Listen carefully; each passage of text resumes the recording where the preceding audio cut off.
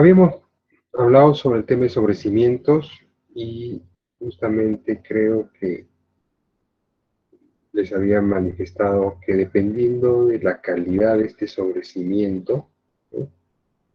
En el encofrado, si este sobrecimiento es 140, por poner un ejemplo, ¿no? Ingeniero, Sí, no se ve la presentación de PowerPoint, solamente se ve una carpeta nada más. a ver. Por eso yo les pido de que cuando les haga una pregunta, yo no sé si ustedes, o sea, lo que ustedes me escriben al chat, yo no lo puedo ver. Entonces ya les he especificado que por favor ustedes me hablen. Entonces cuando les he hecho la pregunta si estábamos en tal o cual diapositiva, díganme, no, ingeniero, esa no hemos visto, esa sí hemos visto. A ver, voy a volver a hacer y a compartir de acuerdo a lo que normalmente.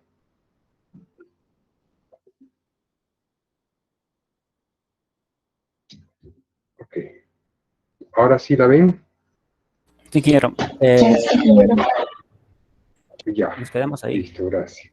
Muy bien. Entonces, decíamos de que esto no se debe hacer, no es lo correcto, ¿no? Suponiendo de que el concreto sea 140, este concreto del sobrecimiento, entonces, y la columna en el plano me dice 175, entonces hay una diferencia entre 140 y 175.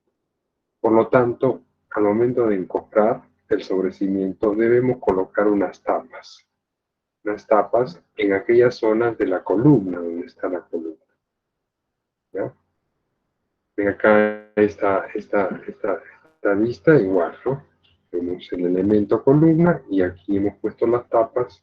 Lógicamente que mi encofrado era de corrido, ¿no? Ven acá la,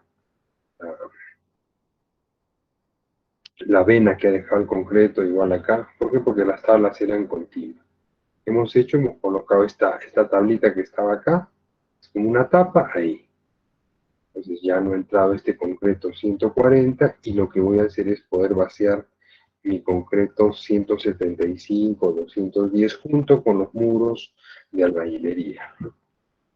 Muy al margen de lo que podríamos pensar de que sería el cimiento corrido,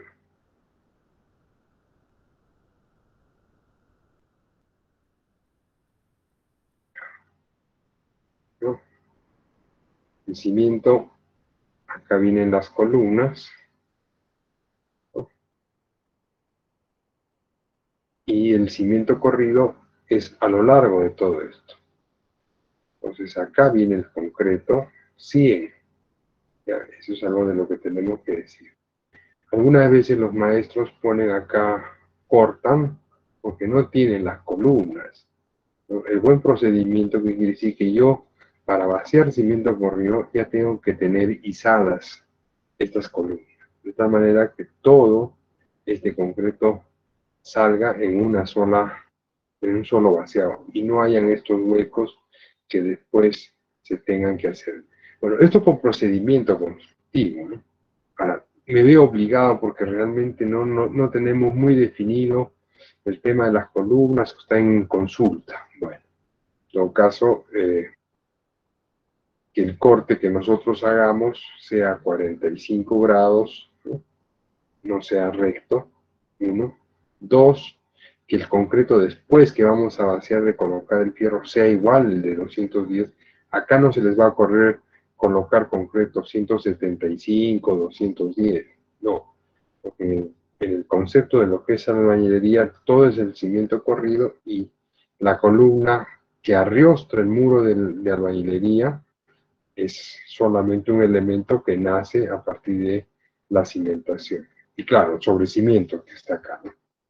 Entonces, cuando el sobrecimiento es 140 y la columna es 210, entonces que sea todo 210, pero desde donde nace el cimiento, hacia arriba, ¿no? Acá está el cimiento, bueno, todo lo que estamos pintando de rojo que sea del mismo concreto de la columna del muro, ¿ya? Así. Porque de lo contrario vamos a generar en este sector un concreto de menor calidad y posiblemente hay alguna falla. Y como hemos dicho, los mayores esfuerzos de cortante se producen en la base del edificio, ¿no? Acá. ¿Por qué? Por toda la masa que se mueve. Entonces es importante tener un buen concreto en esto. Y no generar acá un riesgo de que esto pudiera fallar en ese sector donde el concreto es más denso. Acá una foto de Sabandía. Estamos viendo un sobrecimiento armado, ¿no? Esto es para un muro de albañilería, ¿ya? Después del sobrecimiento armado, ¿por qué? ¿Por qué es armado? Esto por un tema de la altura que tiene el sobrecimiento. No podría ponerle puro concreto simple acá, ¿no? Porque este es un muro perimétrico, lo único que va a soportar el muro es su peso propio. Pero tenemos terreno al costado, chacras al lado, ¿no? Y eso podría generar que ese sobrecimiento tan alto vaya a fallar. No podría llamarlo muro de contención, ¿no? Sino que ya es un tema de diseño. Bien, acá está el encofrado. Este es el fenólico, que es el otro material que está utilizándose mucho mejor que el triple porque vienen de longitudes distintas. Entonces se puede solicitar a la empresa que comercializa eso que yo quiero un fenólico de 3,50 metros. El problema del triple es que el triple solamente tiene 2,40 metros por 1,20. Fíjense acá, este es el panel que se preparó, pero nos ha faltado altura. Por lo tanto, aquí estamos completando con tablas, ¿no? Y es algo de lo que comentábamos sobre el encofrado metálico, ¿no? Que a veces se puede utilizar la madera para darles las dimensiones que se requiere para este tipo de encofrado. Y en esta foto de acá, para que ustedes vean de que como acá hay chacras al costado y tenemos acero de refuerzo, si lo tapamos así nomás con la tierra, no pasa nada, ¿no? Pero lo que va a ocurrir es de que tanto van a regar en 1 año, 2 años, no sé cada cuánto les toca el riego acá, y por acá va a absorber humedad, ¿no? Entonces lo que se ha hecho es impermeabilizar con esta mezcla de RC 250, que es asfalto, diluido con gasolina de 84, que es la más económica, podría ser petróleo, y se pinta, ¿no? Hemos aplicado una base de imprimado con brocha, puede ser, o con rodillo, de tal manera que pueda absorber y sellar todo esto.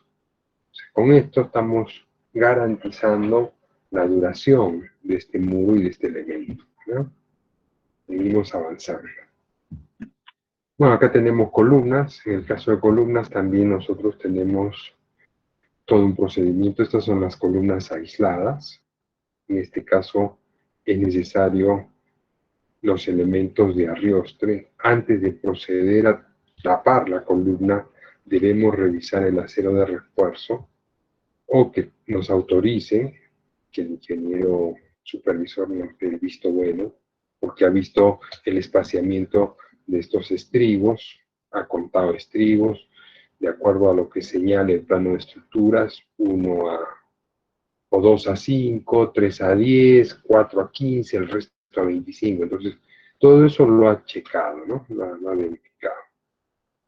En el interior de las columnas se colocan estos dados.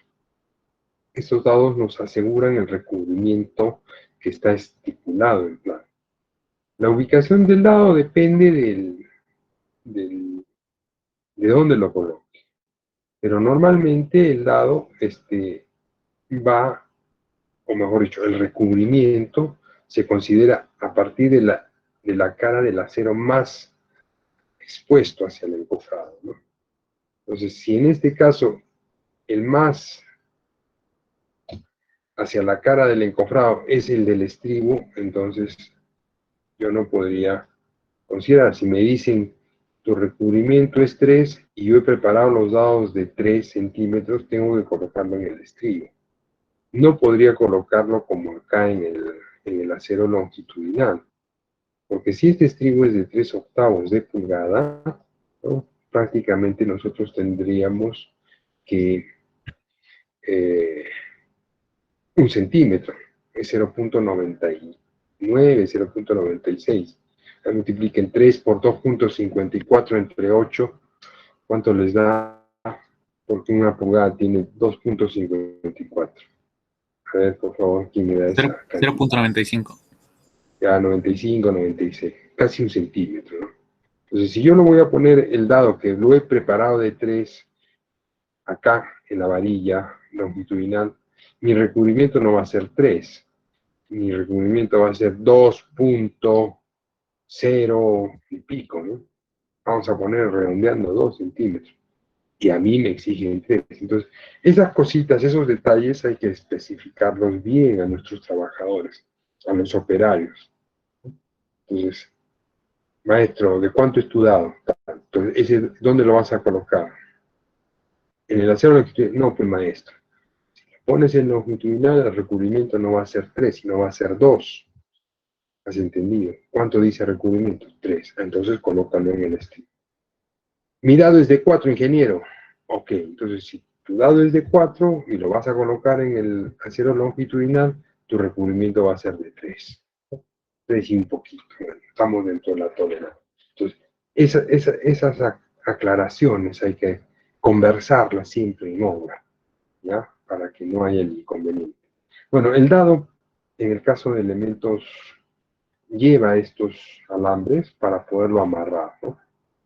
Entonces, cuando preparemos los dados se preparan en obra, también los venden, pero son mucho más caros. Se manda a preparar sobre una lámina de fenólico, podría ser, ¿no? Y dependiendo de la altura que nosotros queremos los dados, preparar dados para las zapatas, preparar dados para columnas, eso lo vemos al inicio, ¿no? Hay que ver los recubrimientos y se corta. Cuando el concreto se vacía todo el panel y después, como si fuera una torta, con el barilejo, uno de los barilejos lo van cortando, de acuerdo a lo que ya han trazado. Se supone que en las reglas ya está todo, si son de 5x5 va a estar PI.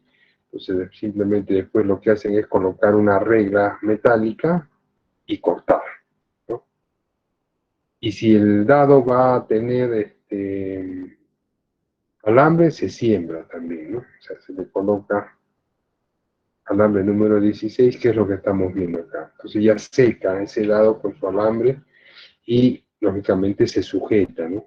En el caso de los dados que van para las losas aligeradas no hay necesidad de ponerle alambre. Los dados para zapatas no hay necesidad de ponerle alambre, ¿no? ¿Por qué? Porque se quedan en el piso. Otra cosa que podríamos hablar de esto es de que todas las columnas se deben checar el aplomo, porque esto podría estar inclinado. Entonces, ¿cómo verifico el aplomo? Colocando un clavo, ¿no? Y después suspendemos una plomada, que es un peso, que podría ser un fierro, la misma plomada si quieren, y lo que vamos a hacer es medir contra la tabla, ¿no? La distancia que tenga acá arriba son 5 centímetros, esa distancia en la parte baja también tiene que ser 5 centímetros. Si no es 5 centímetros, es 5,5, tenemos que corregir. ¿Con qué corregimos? Con estos elementos, ¿no? Se mueve, se ajusta con la pata de cabra y se le da exactamente. Esto se verifica también al final del vaciado, porque durante el vaciado puede ocurrir de que se ha desplazado, ¿no? Por el peso, porque se apoyaron. Entonces, todavía estamos a tiempo de que la columna se verifique después del vaciado. ¿Cuánto puede tomar llenar esta columna? De repente, dependiendo de la distancia donde esté la mezcladora, media hora, 40 minutos. 40 minutos todavía el concreto no ha iniciado la fragua y podemos corregir algunas cosas. Entonces, es algo que los carpinteros, ¿no? El equipo de carpintería tiene que tener presente. Carpinteros, mientras están vaciando estos elementos que ellos han encontrado, ellos tienen la responsabilidad de, no es que se olvidaron, ¿no? Igual, estamos vaciando losas aligeradas y los carpinteros están ayudando en el vaciado porque son parte a veces del equipo, pero de vez en cuando dice, ingeniero, voy a bajar a ver si anda, revisa puntales, revisa todo, ¿no? Eso es importante. Otra de las cosas que quizás acá podemos mencionar es este otro sistema, ¿no? En este caso tenemos estos pasadores, como ven ustedes, esta línea punteada se asemeja a que el tubo o el pasador, que es un fierro, que tiene rosca acá y tiene una tuerca acá, llamado, las tuercas tienen unas volandas para poder ajustar mucho mejor, ¿no? Aparte de la tuerca, nosotros se preparan de la misma madera, ¿ya? O sea, un saco de madera que también tiene el hueco del mismo diámetro para este templador o pasador, ¿no? Templadores. En el otro extremo tenemos una varilla, ¿no? Como si fuera en T, ¿no? Que generalmente se hacen con fierro de construcción. En el interior nosotros colocamos este tubo de PVC, de tubo eléctrico. No necesariamente tiene que ser tubo más caro. De lo que se trata es que debemos cortar el tubo del ancho de la dimensión de la columna, ¿no? De tal forma que quede en la cara interior. Entonces ahí está el tubo y pasamos el templador o el fierro este y ajustamos para poder nosotros tener. Después que fragüe o que ya vayamos a descofrar, esto va a salir fácilmente porque tiene una funda, ¿no? Y esa funda es el tubo de PVC. Entonces, otra forma de diseñar nuestros encofrados. Lógicamente que esto es mucho más rápido, tenemos mayor productividad en el trabajo. Claro que tiene un costo inicial, quizás hay que darse el trabajo de diseñar. Pero ¿dónde lo hacemos, no? Donde quizás tenemos varios elementos. El día de martes que hablamos de la clase, nosotros tenemos que ver cuántas columnas tenemos. Si tengo 4 o 5 columnas de este tipo, las diseño y esos encofrados me van a servir pues, para 3, 4, 5 pisos, ¿no? Entonces, el darme la molestia de en vez de usar alambre, voy a evitar dañar el concreto, porque ya los huecos están armados, son como si fuera un prefabricado, un, ¿cómo les explico? Un encofrado metálico tiene este tipo, porque al metal nosotros no hacemos hueco. Entonces, estos tipos de templadores están. Entonces, es más o menos lo que estamos tratando de sacar en claro, ¿no? Bien, sigamos. En el caso de los muros, las columnas no necesariamente se deben aplomar, porque si yo he asentado el muro con el aplomo correspondiente, ya estaría dudando de que este muro está vertical, ¿no? Simplemente con alinear las tapas, ¿no? Ya sé que las columnas van a salir alineadas con el muro. Pero dependiendo de la exigencia, de la supervisión, de repente, a ver, esto para checar nomás cómo está, ¿no? Entonces, pónganse que esté desplomado. Sí, asegúrame, aploma la columna y botamos el muro, ingeniero. Entonces, qué importancia que la albañilería que ha sido previa se haya desarrollado de manera correcta, ¿no? Lo propio en estas columnas esquinadas, ¿no? Necesitamos nosotros garantizar que no haya fugas, ¿no? Acá en estos encuentros. Igual está acá la plomada para verificar la verticalidad. Tienen sus componentes dependiendo de la tabla que se utilice, ¿no? Ahora, en caso de estas columnas para viviendas, donde la altura está entre 240, 250, 260, ¿no? La tabla que se utiliza normalmente es de 1 pulgada, ¿no? De 1 pulgada. Ahora, claro, el espesor de la tabla depende de lo que compremos, ¿no? Ya les dije yo que de preferencia las de 1,5. Esas tablas de 1,5 nos van a servir multipropósito, ¿no? Para hacer vigas, para hacer otro tipo de elementos. Pero también eso, como he dicho, de que se debe ajustar un poco al tema de presupuesto. ¿Cuánto nos están pagando, ¿no? Por el encofrado?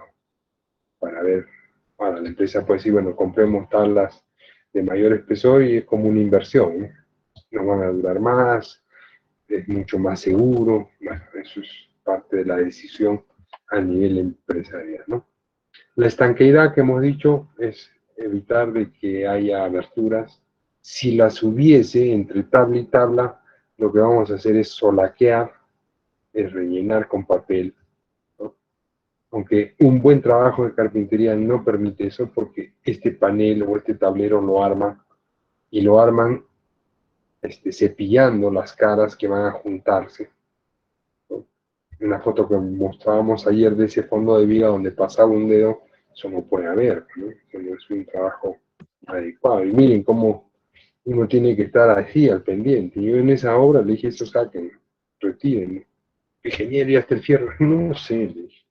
Entonces le vamos a poner papel. No se trata de papel, miren, semejante abertura, ¿no? Otra de las cosas que hay que recomendar es la limpieza, les digo, ¿no? Antes de proceder a tapar todo, la supervisión tiene que verificar limpieza en la parte de la base, tiene que estar limpio. Acá se ha hecho un trazo, ¿no? Antes de proceder, el topógrafo, el responsable, ha definido, ¿no? Cuál es la sección de esta columna, ya está trazada en el piso, ¿no? Todo.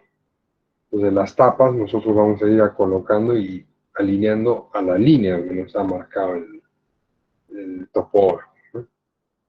Después toda esta superficie de acá abajo ya la hemos limpiado, ¿no?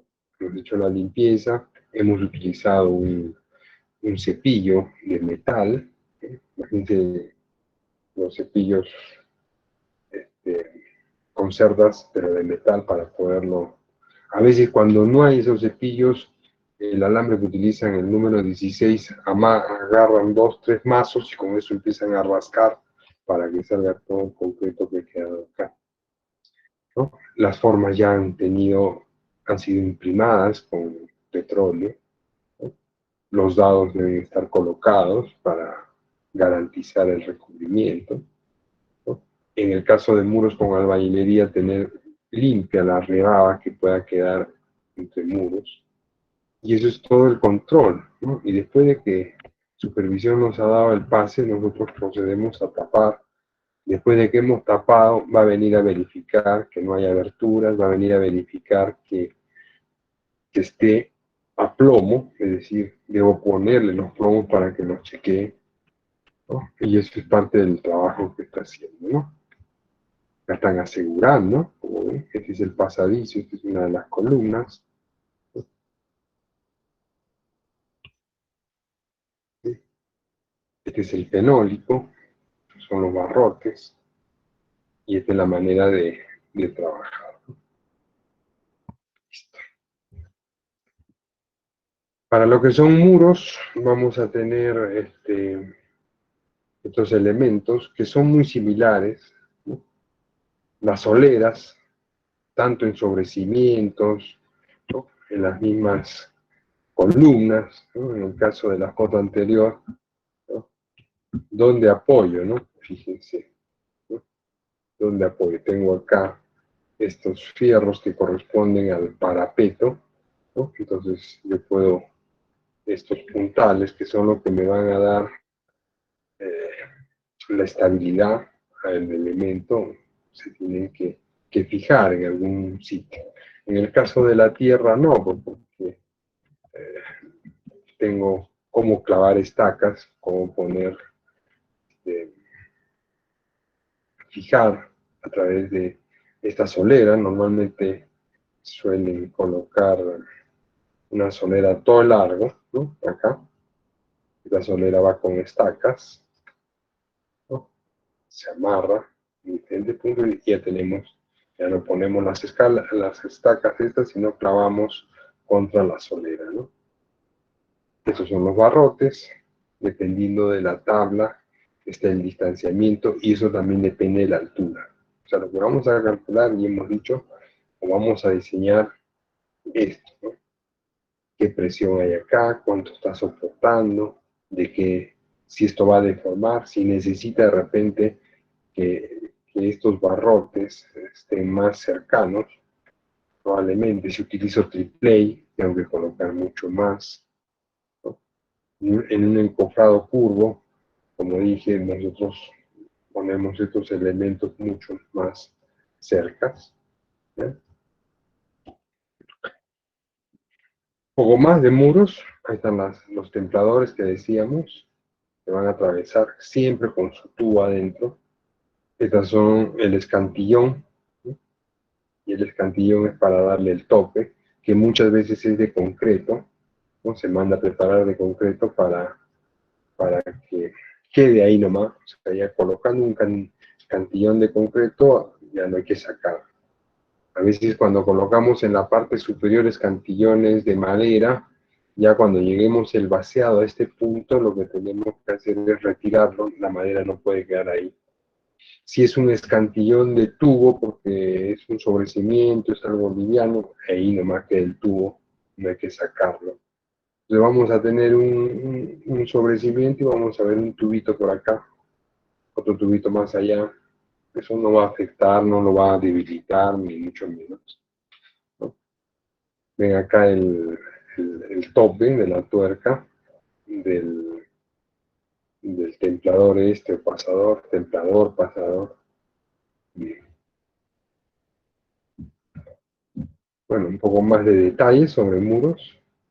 Y acá hay unas imágenes del colegio Claret. Bien. En lo que son elementos horizontales o vigas, ¿no? Tenemos que estas van sobre unas T's, ¿no? La T se prepara, ¿no? Con un travesaño y sobre este travesaño se colocan estas crucetas o diagonales para garantizar de que esto no vaya a mover, entonces queda fijo. ¿Qué ha pasado? ¿Por qué ha sonado? A ver, pues si hay alguien que se ha quedado afuera.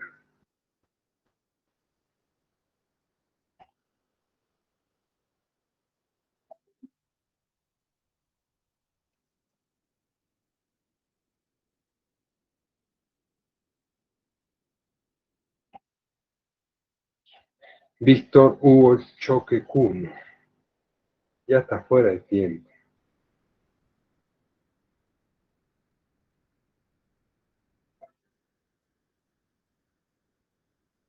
Bien. Entonces, el fondo de viga es lo primero que vamos a tener que colocar, ¿no? Voy a mostrar algunas fotos que permitan ver esto que está en gráficas, ¿no? Ya lo vamos a pasar. Estas son las vigas. Todo esto lo vamos a ver en fotos para que ustedes vean cómo se desarrolla el piso, ¿ya? Las cuatro cosas. Y de ahí lo que vamos a hacer es un ejercicio para hacer la procura. La procura es cómo vamos a pedir la madera y cómo vamos a solicitar esto, ¿ya? Entonces, les muestro algunas imágenes.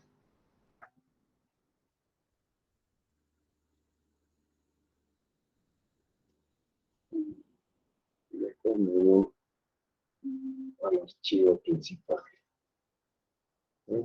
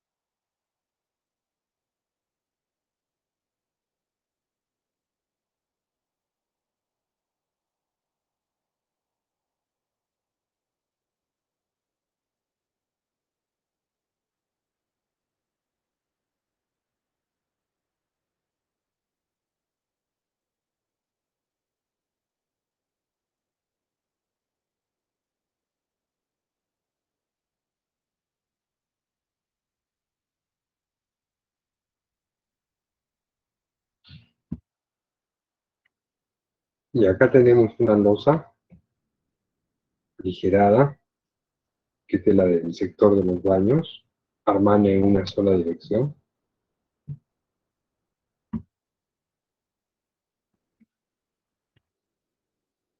Acá tenemos un techo inclinado, por lo tanto el encofrado para este techo también hay que tener mucho cuidado en el trazo, de tal manera que cumpla con las dimensiones, con las alturas establecidas en los planos de arquitectura. Acá estamos viendo una losa maciza, y esta losa maciza pues eh, es en puro concreto, ¿no? Entonces, donde haya losa aligerada, lo correcto es colocar solamente las tablas en donde están las viguetas, ¿no? En donde están las viguetas. En cambio, en una losa maciza es todo el área. Ya vamos a ver algunas otras fotos. No sé si hay alguna foto de la parte de abajo del...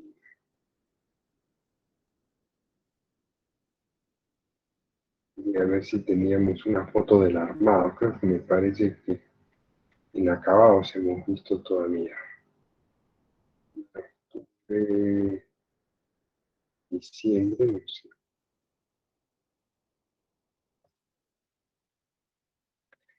La carpintería que vamos a ver después.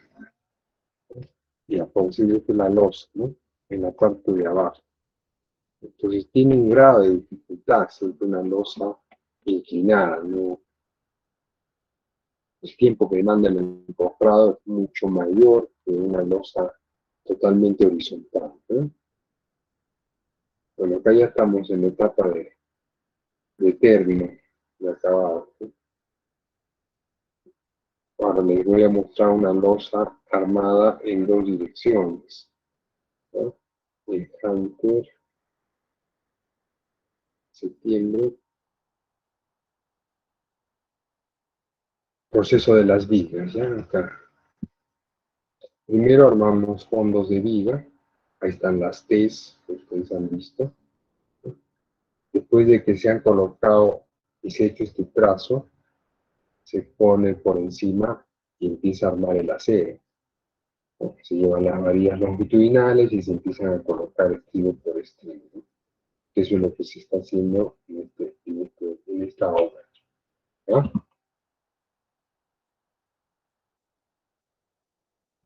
Esta vista está mucho mejor. Fíjense estas vigas que van sobre el muro portante de cabeza, ¿no? Sobre este otro muro hay tramos donde están los vanos de puerta. En este caso no hay ningún muro abajo, es una viga peraltada que está justo en el medio de la luz. Acá ya se están colocando las tapas, si se fijan, desde la viga, ya primero hemos armado, hemos colocado fondos de viga. Después de colocar fondos de viga, vamos a colocar tapas laterales. Acá ya tengo una tapa, está viendo la otra tapa el maestro acá, ¿no? Y después recién viene el armado de la losa ligera. En el caso de este proyecto, la losa es maciza en dos direcciones. Fíjense los dados que se colocan, ¿no? Para suspender el encofrado y que tenga el recubrimiento. Este dado no necesita de un amarre, ¿no? Acá hay otro dado, fíjense, ¿no? Y ya se van colocando esos elementos para generar, porque la viga, el acero pesa, entonces tratar de después quererlo levantar así un poco bien difícil. Entonces hay que trabajar ya pensando en no generar ese tipo de problemas, ¿no? Que después la supervisión nos puede exigir, ¿no? Decir, oye, levántame el fierro, y tendría que tener un camión grúa para que me ayude a levantar, ¿no? Entonces acá, como ven, ya estamos dejando estos dados. En el caso de estos dados, miren, tiene el alambre que ha sido sembrado, ¿no? Muy bien. Acá igual. Vamos a ver más adelante unos fondos de viga.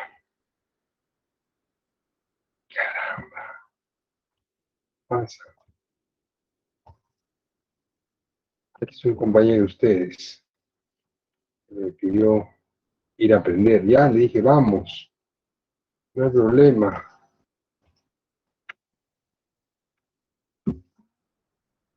¿Sí? Lo que les decía, la rebaba, hay que sacar, ¿no? Limpiar, antes de proceder a tapar. ¿Sí? Limpieza. Después de que esté checada la limpieza, viene el aspecto de colocar ya las tapas, ¿no? Selladas. ¿Sí?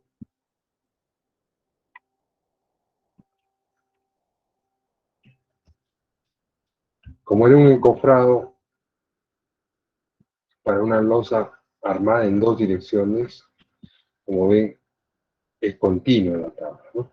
Vamos a ver la losa, ¿no? Acá se han puesto estas correas, los puntales no son T's en la losa, solamente van clavados, ¿no? El puntal y una chapa para poderla fijar al apoyo. Estas son las soleras. Fíjense, acá hay doble solera porque no tenía la longitud, ¿no? Eso se puede hacer si es factible empalmar. Acá vemos, ¿no? Pero estamos alternando, una acá, otra acá, una acá, la otra en el otro lado, de manera que no generemos que todas las soleras que no alcanzan la longitud se unan en un solo sector. La altura de la viga incluye la losa ligera, entonces por eso el encofrado llega hasta acá. Esta es la tapa de la viga, ¿no? Sea viga que vaya encima del muro, o sea viga que viene, ¿no? Fíjense, hasta dónde viene la viga, perdón, el encofrado para esta viga. No llega hasta arriba, porque estamos ahora considerando el ancho de la losa. Este es en muro, ¿no? Tiene un barrote y esto también va fijo al muro, para que no se vaya a doblar, para darle esa estabilidad. O sea, lo que está haciendo este barrote es darle la estabilidad a esta tabla, para que esto no tenga este movimiento por el concreto.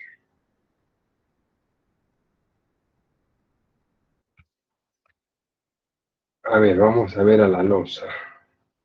Nos vamos a la losa en octubre. No, septiembre, creo que el final. Septiembre, más abajo, acá está la losa. Ahí está la losa, ya han visto que toda la tabla y el encofrado se ha dado. Entonces, hay viguetas en ambas direcciones, eso es lo que estamos viendo acá. ¿Sí? El armado. Este es otro pabellón. Bueno, ahí tomando un poquito de sol siempre. La compactación.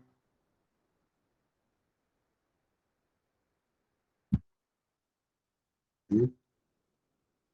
Este es el acero de temperatura. Doble malla. Ya. Muy bien. No sé si vemos en algún sitio los frisos.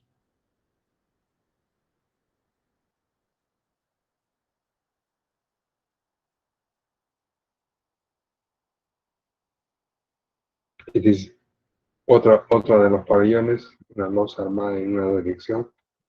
Fíjense el ladrillo cómo se ha cortado para que cumpla. ¿Sí?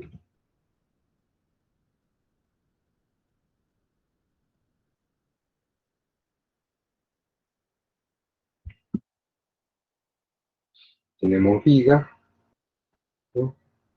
Este vendría a ser el friso. Friso es lo que bordea todo el encofrado de una losa, a eso se le denomina friso. ¿Ya?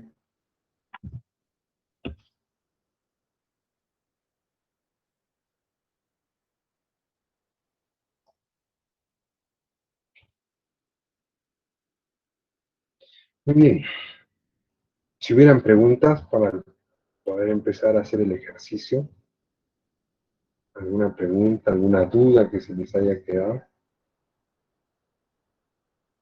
Ingeniero, una pregunta. Sí, adelante, por favor. Eh, ¿Cómo es cuando no entiendo bien esta parte cuando dice una losa en una dirección y losa en dos direcciones? ¿Cómo es? ¿Me puede aclarar esa duda, por favor? Ya. Eso obedece un poco a la forma que tiene estructuralmente hablando, ¿ya? Vamos a colocar esto para poder explicar. Necesito poder escribir acá. Cuando las losas que vamos a poner, losas de techo, tienen una sección casi cuadrada, entonces ese tipo de losas pueden trabajar de manera maciza, ¿sí? O de repente una losa armada en dos direcciones. Es decir, ¿y por qué? Porque es aligerada, o sea, quiero disminuir el peso de esa losa. Entonces desarrollo una losa armada en dos direcciones, como es la que has visto. Pero ¿qué pasa si la losa tiene una luz ahí? Ya es rectángulo. Entonces, y esta es una viga principal y acá hay otra viga principal, ¿no? Y acá son los muros. Entonces, probablemente lo más conveniente por un tema de diseño y estructura sea armar solamente con viguetas en esta dirección, ¿no? ¿Y dónde van las viguetas? En el sentido más corto. ¿Por qué? Porque la vigueta está apoyando en esta viga principal y en el otro muro. Entonces, a esta losa se le llama losa armada en una sola dirección. Entonces, es este ladrillo que has visto, ¿no? Ves que está el ladrillo todo alineado y ahí se forma una vigueta, como la foto que mostré hace un rato. Entonces, creo que tiene mucho que ver el aspecto de diseño. Si ustedes han llevado diseño de estructuras, creo que pueden entender lo que estoy hablando, ¿no?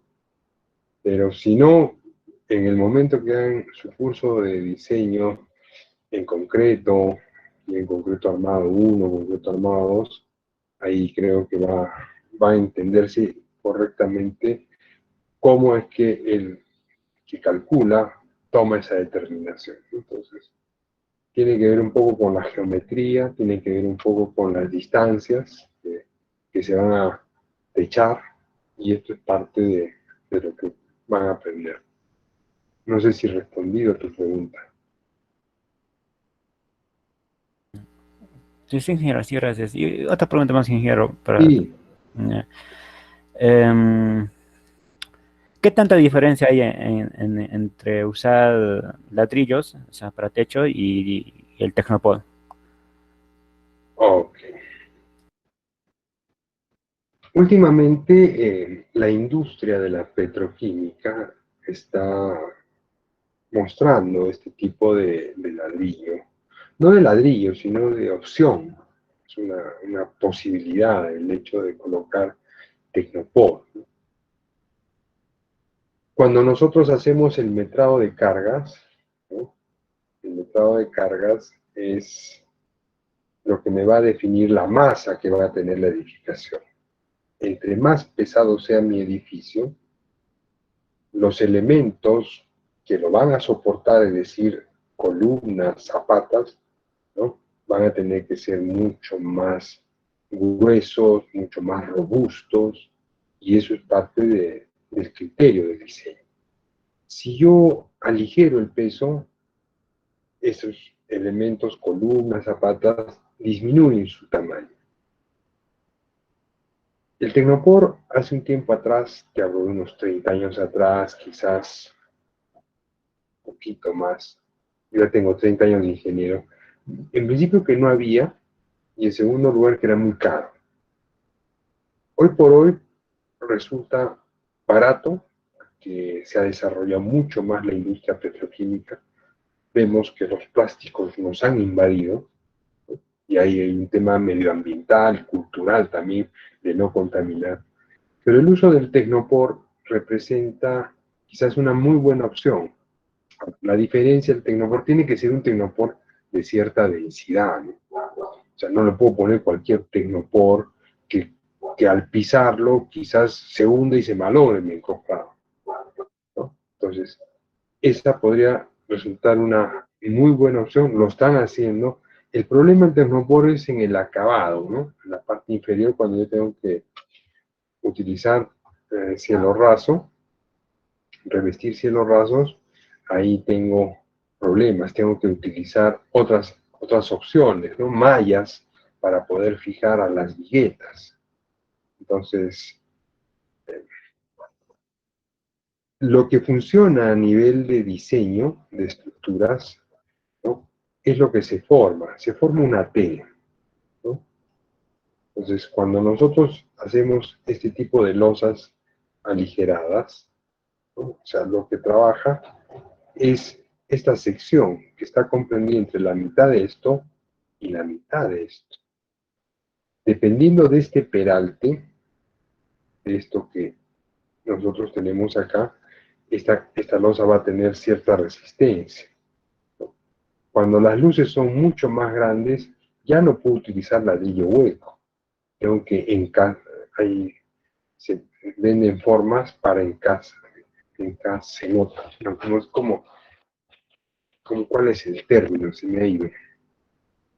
Encajonar, vamos a ponerle, más sencillo.